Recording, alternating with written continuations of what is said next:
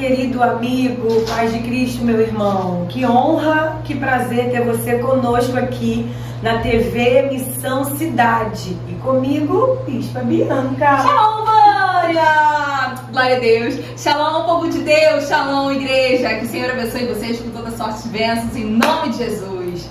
E hoje mais uma semana. Mais uma semana que vencendo desafios, né? As suas apresentadoras exclusivas e especiais. Vocês estão bem, irmão? É o costume de a gente falar na nossa igreja. Vocês estão bem? Como é que tá a família? Buscando ao Senhor como prioridade, seguindo aquilo que o Senhor tem deixado para nós. A força do Senhor, a gente continua, né? É isso aí.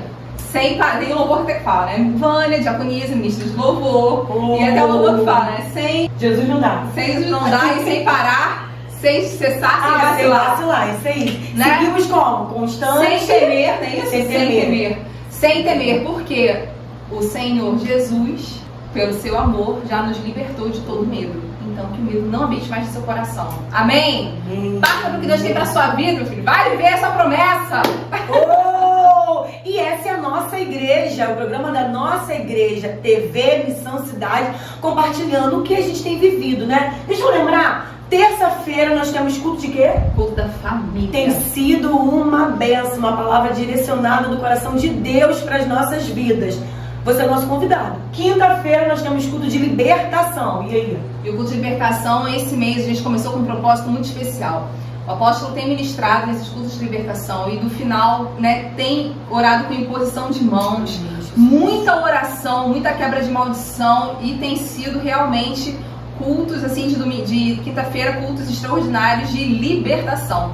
Inclusive, antes dos cultos, nós estamos fazendo oração. Você que gosta de orar, você que tem esse chamado, todos nós cristãos, né, temos essa questão, essa veia, né, intercessória, de interceder. Vem orar conosco, amém? Começa a oração às 19 horas. Então, isso. 19 horas, às 19h30, oração. Quanto mais oração, mais o quê? Mais poder. Uau! Então, quinta-feira nós temos culto de libertação. Domingo, a partir das 9 horas, nós temos culto de batalha espiritual, não é isso? Batalha espiritual. Quem hoje não enfrenta uma batalha espiritual na vida, né? Não. Existem inúmeras batalhas. E existem situações, inclusive, que a gente nem tem noção de que está enfrentando uma batalha espiritual, assim como uma libertação. Sabia, diaconisa, houve um culto logo há uns 2 meses atrás, de 1 a 2 meses, que uma irmã estava sentindo dor de cabeça e não estava conseguindo sair para trabalhar, não saía para trabalhar, e no culto deixou de ir para o trabalho, estava correndo risco de ser demitida e não estava mais conseguindo ir para a igreja por conta das dores que ela estava sentindo. E ela decidiu ir à igreja, e quando foi à igreja, através, né, o Senhor revelou que o problema era espiritual, não era uma simples dor de cabeça, era ataque do diabo mesmo na vida da irmã. Ela foi liberta e hoje está uma benção. Voltou sem dor nenhuma para a glória do Senhor.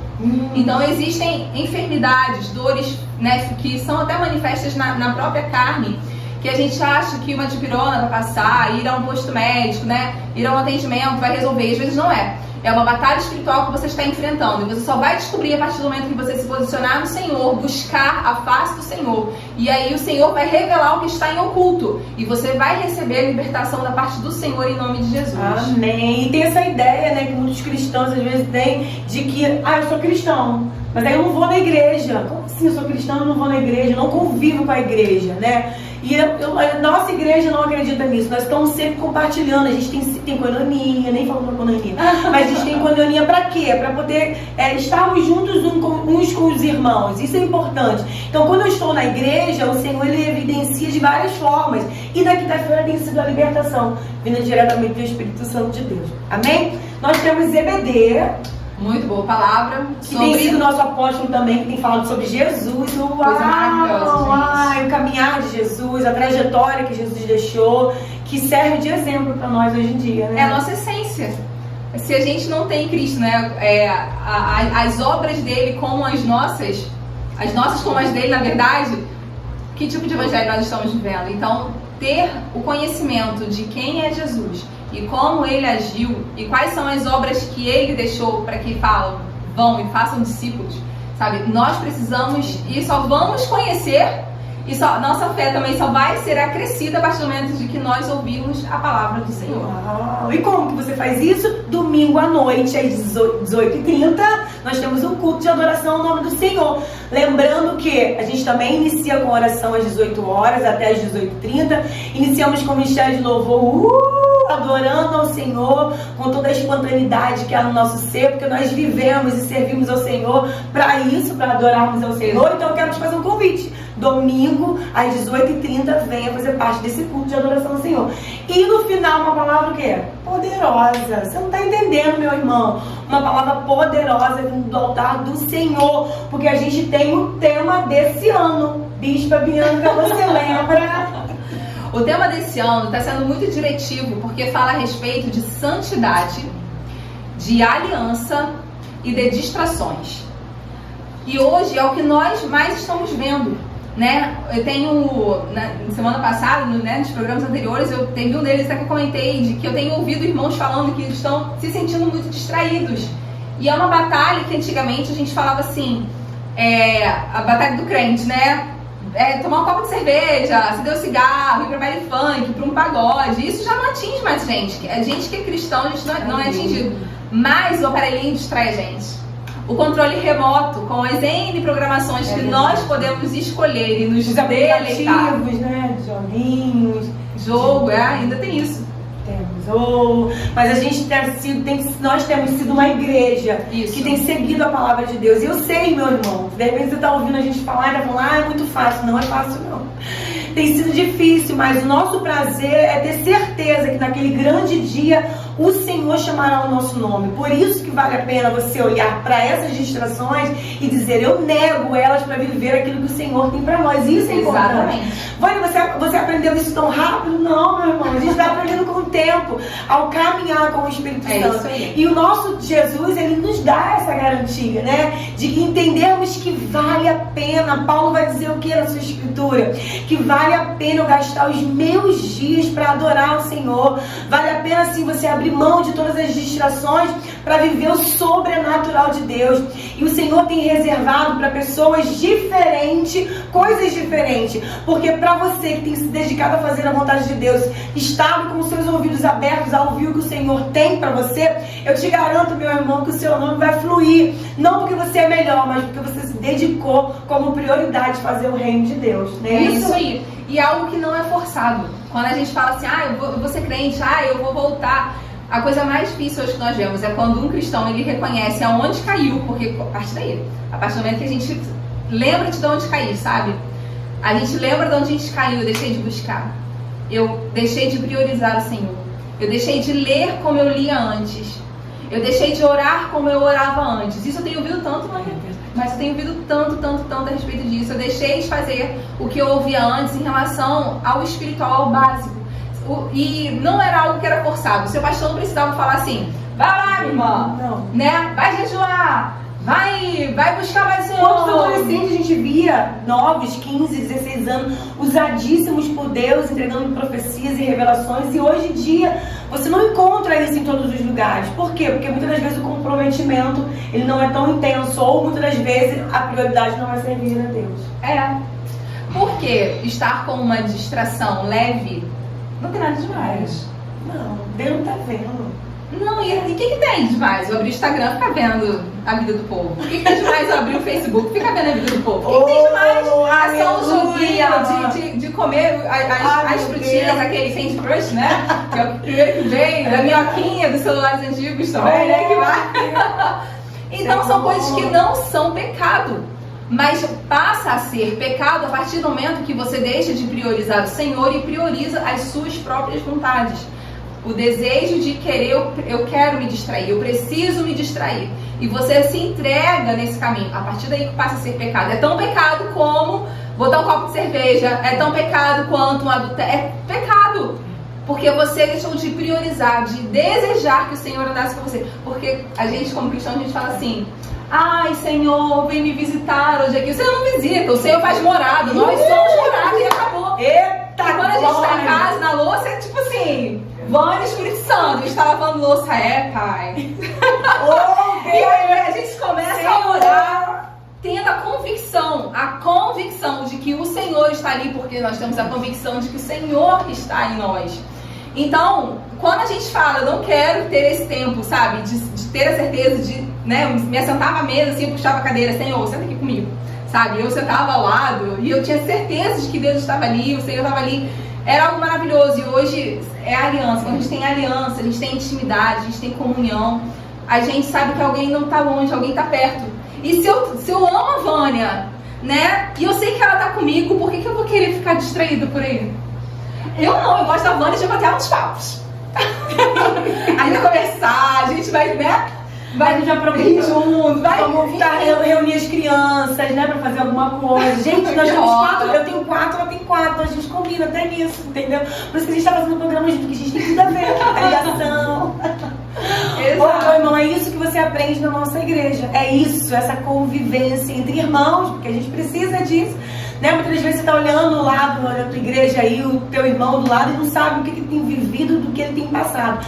Mas quando a gente está próximo do irmão, a gente consegue entender o que ele tem vivido e passar. E conseguir, de repente, falar, vamos marcar um chá, minha irmã, vamos marcar alguma coisa pra gente fazer. Isso é Jesus. Isso é ser cristão, é estarmos juntos e entendermos o que o outro passa, né? É isso aí. É isso.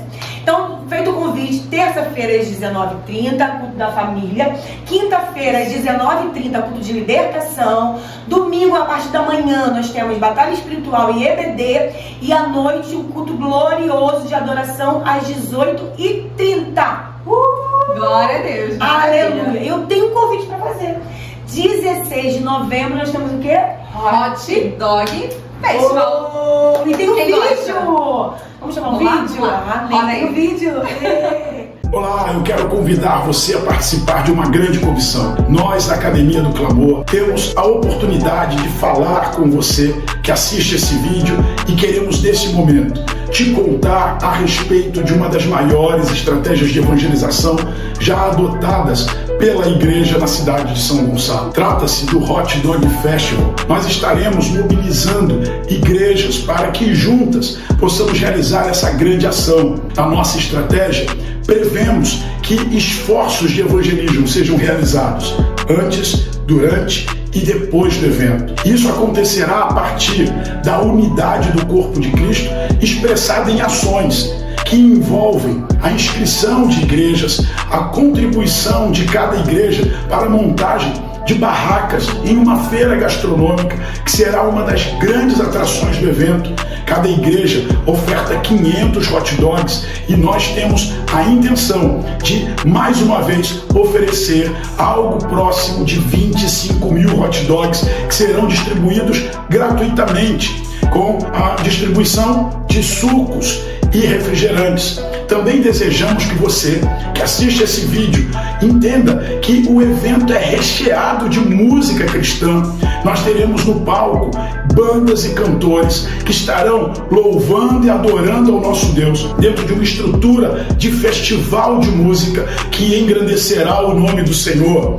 Também é importante destacar que ao longo de todo o evento, os pastores se revezam durante a programação, orando pela cidade, pelas famílias e principalmente liberando palavras evangelísticas. A pregação do Evangelho nos permitirá alcançar o coração de todos os nossos convidados, daquelas pessoas que foram evangelizadas e trazidas para o evento com o esforço de cada uma das igrejas participantes dessa programação. É importante destacar que no evento nós fazemos a inscrição e a identificação de todos os participantes, nos permitindo, pelo uso de pulseiras, compreender qual a porcentagem do público é composta por cristãos, por obreiros e também por pessoas ainda não crentes em Cristo Jesus. Com essa estratégia, os nossos evangelizadores, as equipes missionárias durante toda a programação fazem esforços de abordagem, testemunho do Evangelho e assim o Hot Dog Festival não é apenas uma festa, é um campo de evangelização, um grande funil evangelístico, onde atraímos pessoas de toda a cidade para ao longo de uma jornada gastronômica e de celebração também realizarmos a evangelização de pessoas que precisam, como eu e você um dia, conhecer a verdade do Evangelho. Por isso, eu preciso que você se desperte para essa oportunidade, mobilize a sua igreja e venha participar conosco desse grande mover. Venha fazer parte desse esforço da Igreja de Cristo. Venha colaborar para a salvação de pessoas, venha servir, venha adorar, venha ganhar almas. Nós te convidamos a fazer parte do Hot Dog Festival. A Academia do Clamor está a postos e conta com você e com a sua igreja. Convide o seu pastor a participar de uma das nossas reuniões de mobilização e organização. Faça contato conosco. Aguardamos por você e pelo seu ministério. Que Deus te abençoe. Vamos ganhar almas. É tempo de manifestar o reino de Deus. Que Deus abençoe você e a sua vida. Shalom, shalom. E acredite, Jesus está voltando. Deus abençoe sua vida.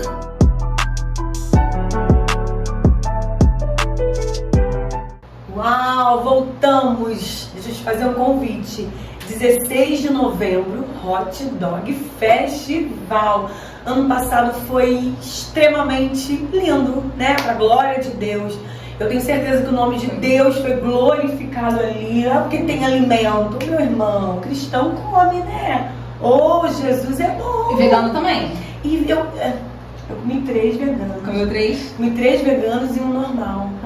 Pode confessar, aquele que confessa, né? Irmãos, então assim, não como salsicha, tudo bem, você come o vegano e tá tudo certo, né? Você vai estar em economia, junto com os irmãos, revendo os amigos e sendo feliz, profetizando, vai ter bandas, vai ter pregações, ministrações, vai ter a gente. Vai ter a gente. Então você é o nosso convidado, leva a sua família, organiza a sua caravana, a sua igreja, vem estar conosco 16 de novembro, a partir Hot Dog Festival. 14 horas. 14 horas.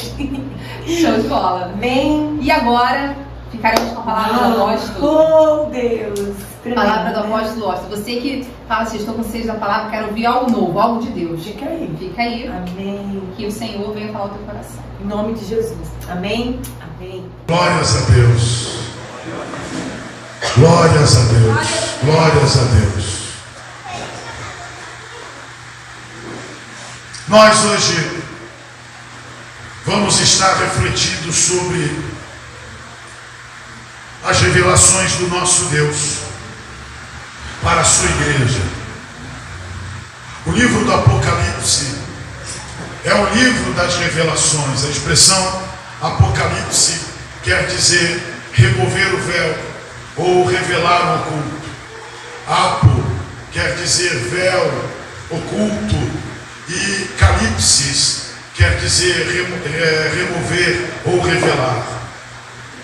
E o livro das revelações é introduzido com a apresentação do obreiro escolhido pelo Senhor para a concessão deste conhecimento.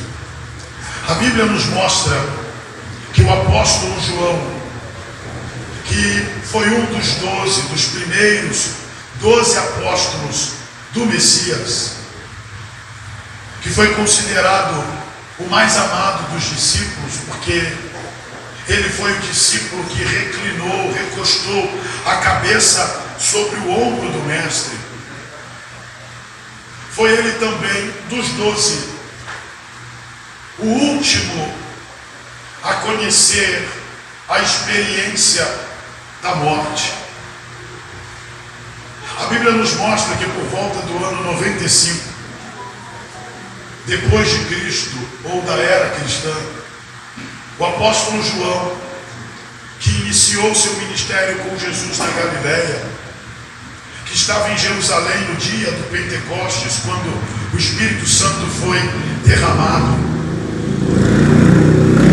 e que foi testemunha e uma das colunas da igreja em Jerusalém, o que é inclusive confirmado pelo evangelista Lucas em Lucas 15, quando a Bíblia mostra que o apóstolo Paulo e o apóstolo Barnabé, que pertenceram a outra geração de apóstolos, se dirigiram até Jerusalém para junto do apóstolo Pedro encontrarem-se com os anciãos da igreja para debater a questão dos rudimentos judaicos, da doutrina judaica dentro do cristianismo, ou o cristianismo em comparação com a doutrina judaica. E a Bíblia nos mostra a sua relevância, pois Paulo, na carta aos Gálatas, destaca que numa de suas viagens a Jerusalém, no 17º ano de sua conversão, ele vai a Jerusalém para ter um encontro com os apóstolos. E ele destaca que esteve a companhia de Pedro, Tiago e João. Então você e eu sabemos que este apóstolo, que foi importante na propagação do Evangelho, na ocasião em que escreve o Apocalipse, está vivendo dentro de uma outra região, dentro do Império Romano, chamada Ásia Menor. A Ásia Menor era uma das províncias do Império Romano, e nela nós vemos que houve uma grande penetração do Evangelho, uma grande aceitação do Evangelho.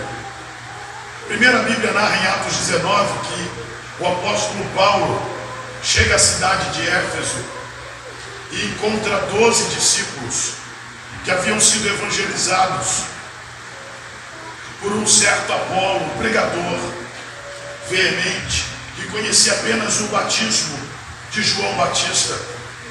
E a Bíblia nos mostra que o apóstolo Paulo pôde contribuir com o seu ministério, dando a estes homens um conhecimento das coisas que haviam acontecido depois que eles foram evangelizados, porque eles não tinham detalhes dos eventos ocorridos em Jerusalém, como a morte, a ressurreição de Jesus, o batismo com o Espírito Santo, que era cumprimento da promessa de Joel. E a Bíblia conta que Paulo, impondo sobre eles as mãos, foi instrumento de Deus para que eles conhecessem o batismo com fogo. E a Bíblia conta que eles estiveram com Paulo durante os primeiros meses, os primeiros 3, 4 meses, na sinagoga da cidade de Éfeso, onde havia uma colônia judaica e um centro de estudos da Torá. E a Bíblia conta que depois de alguns acreditarem no Evangelho, Paulo vai para a escola de um certo tirano, de quem até hoje não se sabe ao certo se tratava de um homem, de um erudito da região, ou se tirano era algum outro personagem na história. Mas a verdade é que ali a igreja de Éfeso foi uma matriz, uma igreja responsável por discipular e enviar obreiros para outras cidades. E é atribuída à igreja de Éfeso a expansão do Evangelho na região. E é sabido que o Evangelho chegou a Pérgamo, chegou a Esmirna, chegou a Tiátira, Sardes, a Laodiceia, a Colossenses, a Filipos. E a Bíblia nos mostra que a igreja ali estabelecida triunfou sobre as resistências espirituais e foi usada por Deus para que toda aquela região fosse evangelizada. A Bíblia não trata especificamente, explicitamente, a respeito da razão pela qual o apóstolo João se desloca de Jerusalém para a região da Ásia Menor, mas existe a crença que o que motivou o apóstolo João a ir para a Ásia tem relação com a destruição do templo de Jerusalém no ano 70 depois de Cristo, quando a história narra que o general Tito, príncipe de Roma, faz um cerco, ele sitia a cidade de Jerusalém para conter uma rebelião, e em virtude de sair do controle o governo do seu próprio exército, a cidade de Jerusalém é destruída E como o próprio profeta Daniel declara, ela é derrubada com uma inundação. A cidade é revirada. E desde então os judeus de Jerusalém são dispersos, se espalham pelo mundo. E por esse motivo é acreditada a presença do apóstolo João na Ásia Menor. E é interessante porque ali o livro do Apocalipse destaca no capítulo de número 1 que o apóstolo João seguiu reproduzindo os ensinamentos do Senhor Jesus e o envio ministerial que sobre ele havia sido ministrado. E exercendo o apostolado, ele prega a palavra de Deus naquela região. E Apocalipse, capítulo de número 1, nos mostra no verso de número 9, o apóstolo João dando o seu relato a respeito da sua experiência na Ásia Menor, em especial em Éfeso. Ele diz: eu, João, também sou vosso irmão e companheiro na aflição e no reino e na paciência de Jesus Cristo. Estava na ilha chamada Pátimos, por causa da palavra de Deus e pelo testemunho de Jesus Cristo. O apóstolo João nos dá testemunho de que por causa da pregação do Evangelho, ele foi levado à ilha de Pátimos. Pátimos era uma ilha na costa do mar Egeu, onde o Império Romano aprisionava as personalidades que representavam algum tipo de ameaça aos interesses de Roma, mas também a comunidade próxima.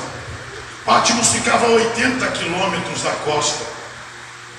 Era praticamente impossível que alguém, depois de ser levado para lá, conseguisse fugir da ilha a nado. Os historiadores contam que uma vez ao mês um navio, uma embarcação romana, se dirigia à ilha com uma guarnição de soldados que rendia a guarnição que ficava na região, fazendo policiamento, guarda. E nessas viagens, prisioneiros eram levados. Numa dessas viagens, João foi depositado na ilha. E a Bíblia conta que ali ele viveu a experiência de receber do Senhor revelações extraordinárias. O apóstolo Paulo, na segunda carta aos Coríntios, capítulo de número 12, entre os versos 1 e 3, faz menção a um homem que ele conheceu. Ele não sabe dizer se esse homem no corpo ou fora do corpo teve acesso ao terceiro céu, mas ele sabe que este homem teve contato com o que ele mesmo chamou de paraíso. E nessa experiência de arrebatamento de sentidos, Paulo declara que o homem que foi arrebatado, se no corpo ou fora do corpo, ele não sabia dizer, esse homem ouviu coisas que são inefáveis, que ao homem não convém dizer, coisas maravilhosas. Obviamente hoje nós entendemos que Paulo falava dele mesmo,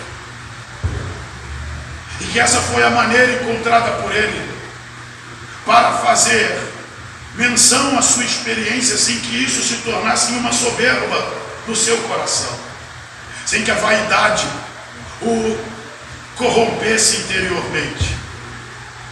Mas João, ele declara que ali na ilha de Pátimos, ele foi arrebatado em espírito. Ele teve entendimento de que a sua experiência foi uma experiência espiritual, que ele foi levado até uma dimensão espiritual, onde ele teve condições de ver, de testemunhar as coisas que ele vê, as coisas que são e as coisas que hão de acontecer, como está escrito em Apocalipse 1:19.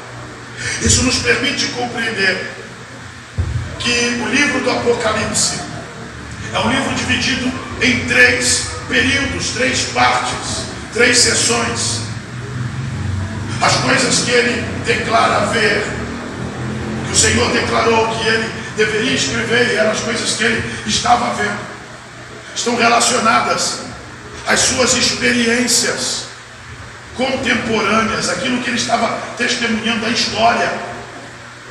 As coisas que são dizem respeito às revelações da eternidade, do trono de Deus, do céu do nosso Deus, de sua majestade, soberania, poder, de sua divindade. Amém? E as coisas que hão de acontecer estão relacionadas aos eventos futuros que hão de ser manifestados na dimensão dos homens, ou seja, a vontade de Deus cumprida. E nós sabemos que as coisas que hão de acontecer estão relacionadas diretamente à ira de Deus com o pecado dos homens. E essa é a razão pela qual nós temos veementemente advertido a igreja da necessidade de pregarmos o Evangelho de maneira genuína, anunciando a mensagem de arrependimento, exortando aos novos conversos a respeito da necessidade do cumprimento das ordenanças bíblicas, que envolvem batismo através da confissão de pecados, mas também a necessidade de comunicarmos os juízos previstos na palavra de Deus, porque é importante ressaltar que o fim está próximo.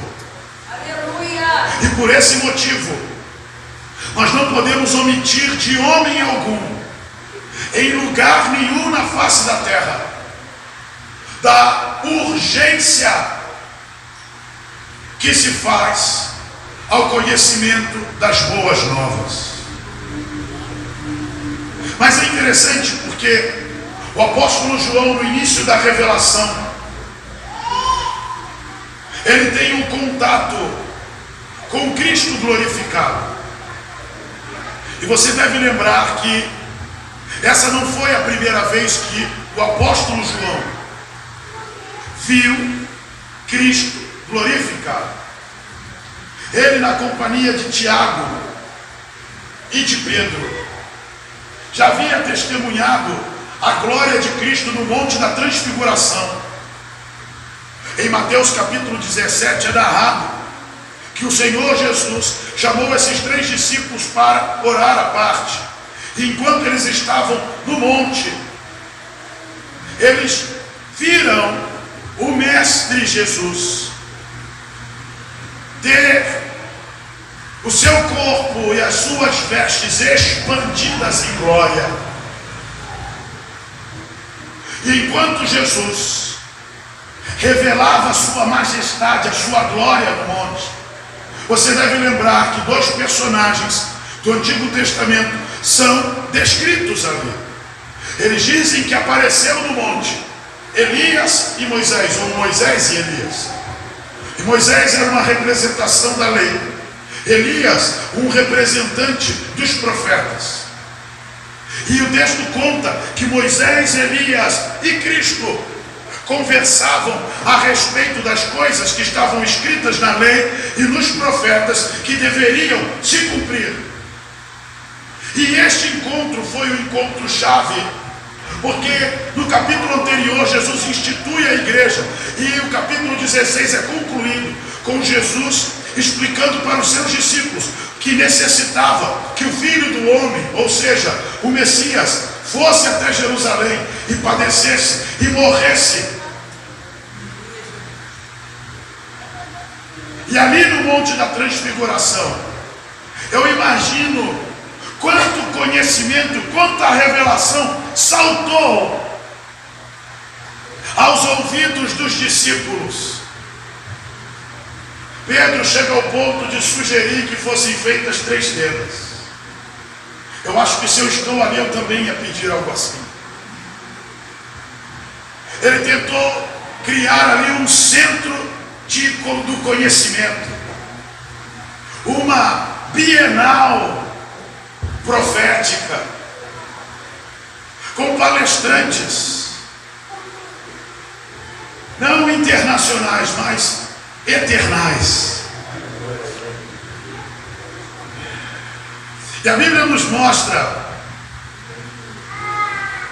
que essa foi a primeira vez que o apóstolo João viu Cristo glorificado. A questão é que em João 17 não há um detalhamento da pessoa de Jesus glorificado. Não há uma descrição de como ele era glorificado. Mas em Apocalipse, capítulo de número 1, o apóstolo João nos dá uma descrição de Cristo em glória. O mesmo Jesus que ele viu ascender aos céus, agora, na eternidade, ele tem a aparência de glória a que eu e você, na nossa imaginação, atribuímos a ele. E o texto descreve como estando vestido de um longo vestido de linho fino. O texto diz que ele tem um cinto de couro na altura do peito, símbolo do seu sacerdócio real. A Bíblia diz que os seus cabelos são brancos como a neve. Aleluia! Os seus olhos são como chamas de fogo. São olhos que penetram. O texto conta que os seus pés são como latão reluzente. E a Bíblia ainda dá o detalhe de que esse latão reluzente é como o metal quando sai da fornalha, ou seja, são pés incandescentes. Diz que da sua boca sai uma aguda espada de 2 fios.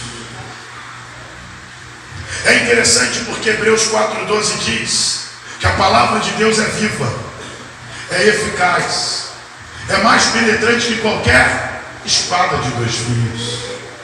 Diz que ela penetra até a divisão da alma, do espírito, das juntas e medulas, discernindo os pensamentos e intenções do coração. E assim nós conseguimos compreender que o escritor aos Hebreus não se referia apenas da letra, mas podemos afirmar que a sua definição sobre a palavra de Deus também é uma tipificação do próprio Deus, ou seja, o verbo, o Logos, o Cristo. Então preste atenção, porque tudo que eu te contei até aqui, o apóstolo João, apesar de não estar descrito em Mateus 17, ele já havia visto. Ele já havia visto Cristo glorificado. E tudo que ele relata no capítulo 1 são coisas que ele já havia testemunhado.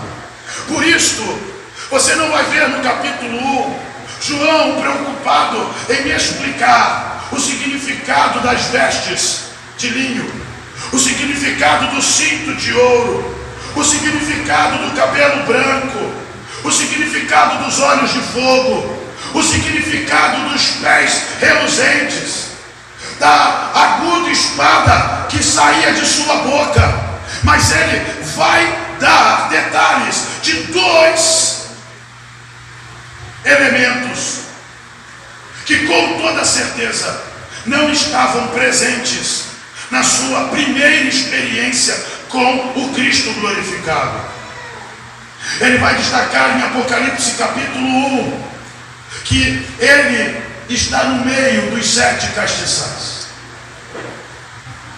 E vai dizer que ele tem na sua destra as 7 estrelas. Repita comigo: os 7 castiçais de ouro e as 7 estrelas em sua destra. Essas são as únicas 2 questões a quem o apóstolo se dedica a dar explicações no capítulo 1. E você vai abrir comigo o capítulo 1 de Apocalipse. E você vai ler comigo o verso de número 20.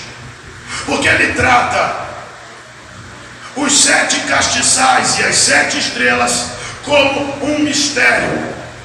O que é um mistério? O mistério é um conhecimento oculto. É algo que não pode ser compreendido sem revelação. Então preste atenção, porque ele faz menção às 7 estrelas e aos 7 castiçais no verso 20 do capítulo 1, dizendo assim: o mistério das 7 estrelas que viste na minha destra e dos 7 castiçais de ouro. As 7 estrelas são os 7 anjos das 7 igrejas, e os 7 castiçais que vistes são as 7 igrejas. Veja que ele não havia ainda tido a oportunidade de testemunhar o Cristo no meio dos castiçais, e nem havia tido a oportunidade de testemunhar as estrelas em sua destra. E agora ele se encontra com Cristo glorificado no meio dos 7 castiçais. E o número 7, na numerologia bíblica, significa totalidade, plenitude. Então essas 7 igrejas representam toda a igreja de Cristo em toda a história. As 7 igrejas representam as 7 estrelas representam os 7 anjos, os 7 malaques, os 7 mensageiros, que também são a representação de todos os pregadores a quem foram confiados os rebanhos do Senhor em toda a história. Então, a revelação do capítulo 1 nos mostra que Cristo está no meio da igreja. Repita comigo: Cristo está no meio da igreja. Ele está no meio dos 7 castiçais. Você pode dizer glória a Deus. E o texto também nos revela que os mensageiros, os anjos, e a expressão anjo no hebraico é malak ou malak, que quer dizer exatamente isso: mensageiro, alguém que entrega a mensagem. Não é um termo designado apenas a seres celestiais, mas também a homens.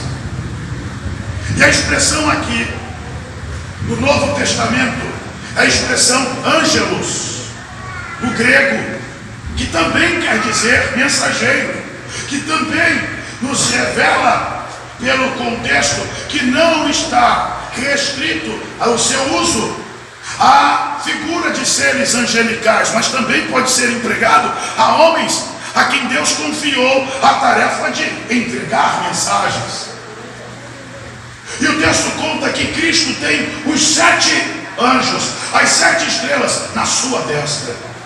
Ou seja, ele tem o controle, o governo dos anjos da igreja.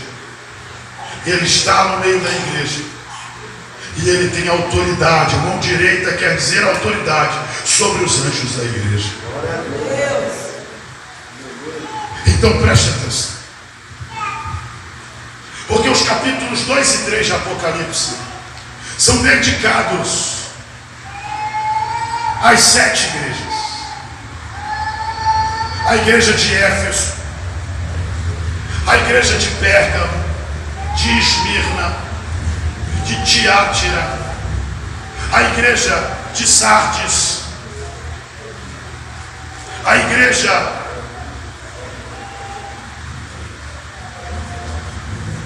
de Filadélfia e a igreja de Laodiceia.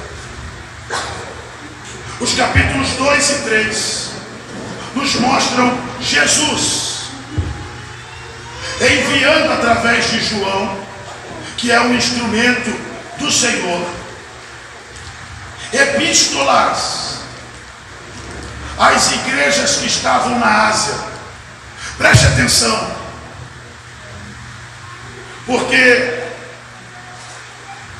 a igreja até então já havia recebido epístolas apostólicas, cartas inspiradas pelo nosso Senhor, através do ministério de Paulo, através do ministério de Pedro, através do ministério de Tiago.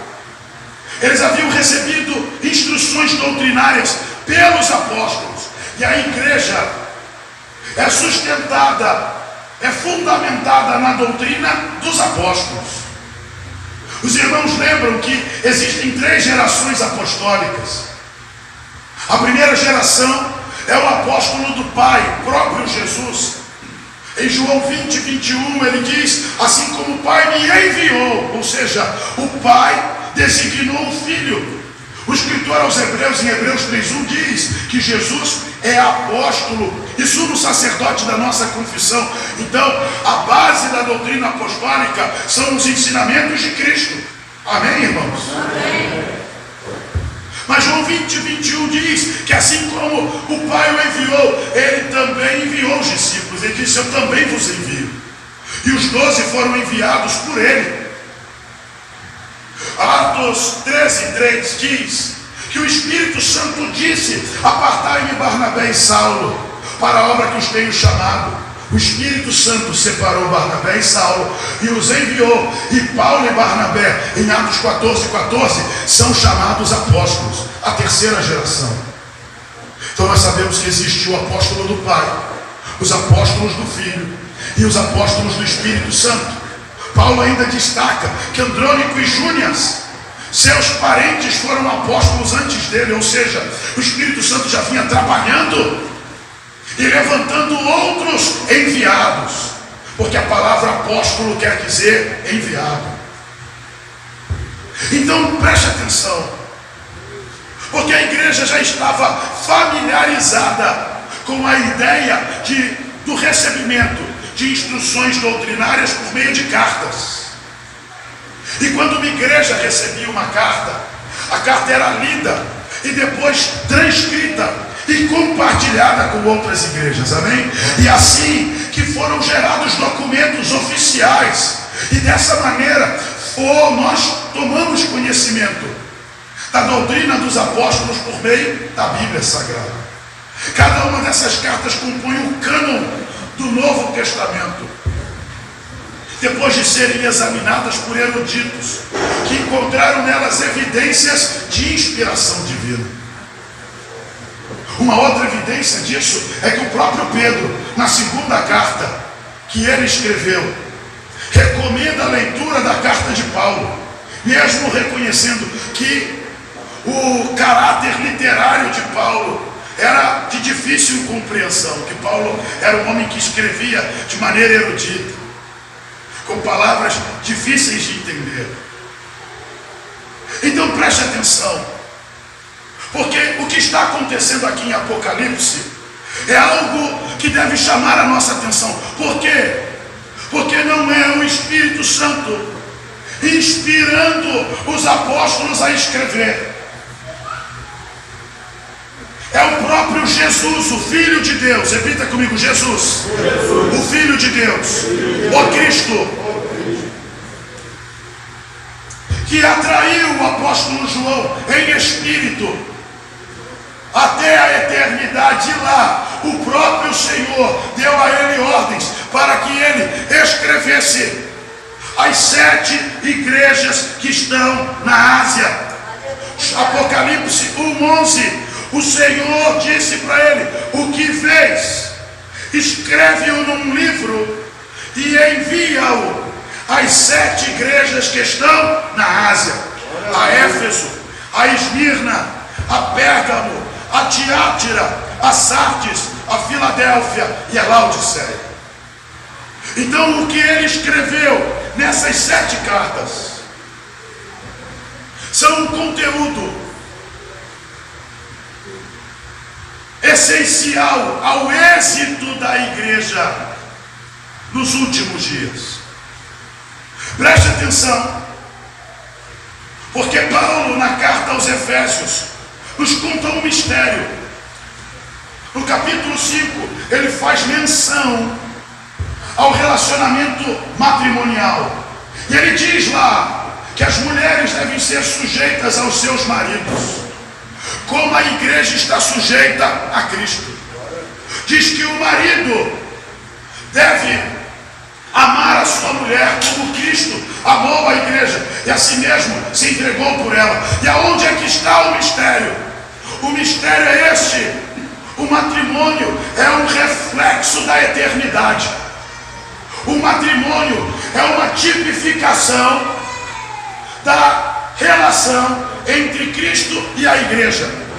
É uma tipificação do cabeça e do corpo. Quem está entendendo isso? Então as cartas do Apocalipse representam a cabeça cuidando do corpo, Jesus cuidando do seu corpo. E o seu cuidado com o corpo é tão grande que ele trata do corpo por partes. Repita comigo: ele trata do corpo por partes.